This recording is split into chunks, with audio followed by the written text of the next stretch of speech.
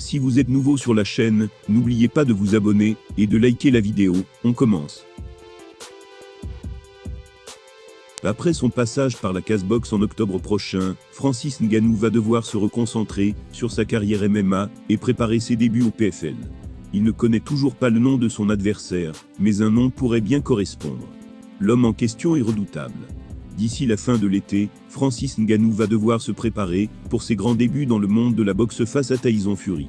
La Predator rêvait d'enfiler les gants depuis un bon moment, il va enfin avoir l'opportunité de le faire. Et qui plus est contre un énorme chèque.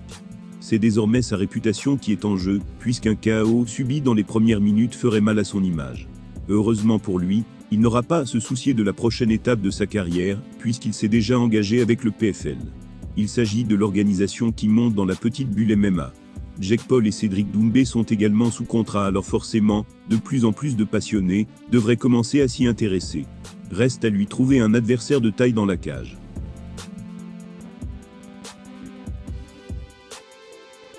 Car la nouvelle Ligue a beau avoir de l'ambition, le roster surtout chez les poids lourds, est loin d'être à la hauteur de ce qui peut se faire à l'UFC.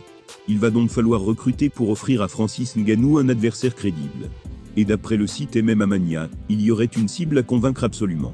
Il s'agit d'un poids lourd, qui règne actuellement sur la scène européenne. Le média en question a posté ceci sur Twitter. Francis Ngannou va revenir au MMA en 2024, mais il n'y a aucune information sur un potentiel adversaire. Phil de Free pourrait être la réponse aux interrogations.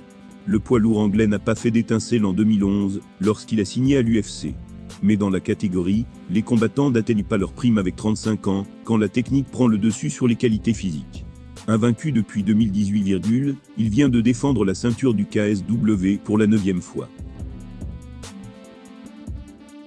En fait, il pourrait être l'adversaire parfait pour les débuts de Francis Ngannou au PFL, puisqu'il est encore dans ses meilleures années, et reste sur une grande série de victoires.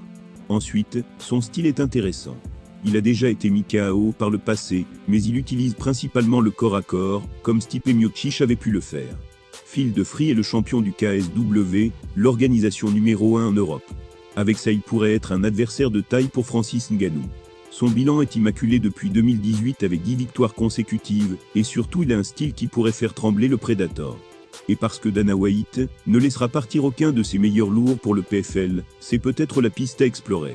Phil de Free n'est pas qu'un gros puncher, il est aussi un bon spécialiste du corps à corps et des soumissions. C'est d'ailleurs de cette manière qu'il a remporté son dernier combat au KSW. Il pourrait donc être redoutable pour Francis Ngannou.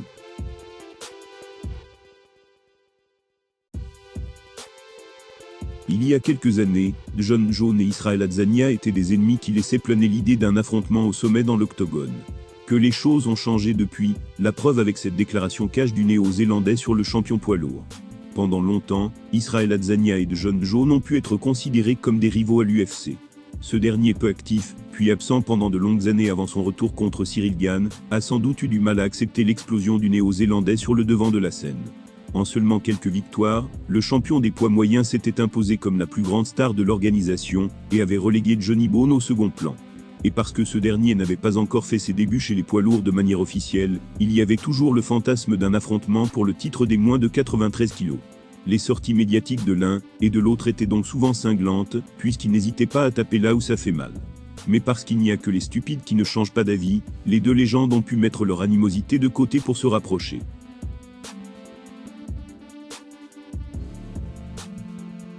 Ils ont été aperçus ensemble à Las Vegas ces dernières semaines, avec un sourire qui en disait long sur le respect qu'ils s'accordent aujourd'hui. Israel Adesanya est revenu sur cet épisode dans sa dernière vidéo YouTube, et il a fait quelques grosses annonces pour leur avenir. Visiblement, les deux monstres vont s'entraîner ensemble dans les mois qui viennent. Il a déclaré, je cite, « Notre rivalité appartient au passé désormais. Nous nous comprenons et avons trouvé un terrain d'entente. Nous sommes deux compétiteurs, mais derrière ça, pourquoi je devrais détester mon frère noir après notre rencontre? Tout le monde disait que nous donnions le sourire, que notre vidéo aidait les gens à se sentir bien. Je me suis même demandé si c'était ça la paix dans le monde. Maintenant lui et moi, on va sérieusement s'entraîner ensemble, on y travaille. Par contre je ne peux pas révéler ce qui a été dit pendant notre conversation, c'est entre lui et moi. Je pense que c'est une intervention divine, puisque nous aurions pu nous croiser à bien d'autres moments, et les choses se seraient peut-être passées différemment. J'étais fatigué après l'entraînement, mais j'ai quand même décidé de descendre au casino, pour voir l'ambiance. deux rivaux, Jon Jones et Israel Adesanya, pourraient bien devenir meilleurs amis du monde. En effet, après une courte rencontre à l'hôtel, les deux ont déjà prévu de s'entraîner ensemble et d'approfondir leur relation. Et quand on voit leur niveau dans la cage, c'est une très mauvaise nouvelle pour la concurrence. Comment battre un Easy entraîné en lutte par Johnny Bone, et comment battre un jeune qui a les kicks d'Easy. Comme quoi tout peut aller très vite à l'UFC, puisque Jon Jones et Israel Adesanya ont réussi à devenir amis en une seule rencontre. Il y a peut-être de l'espoir pour Conor McGregor et Khabib Nurmagomedov dans les prochaines années.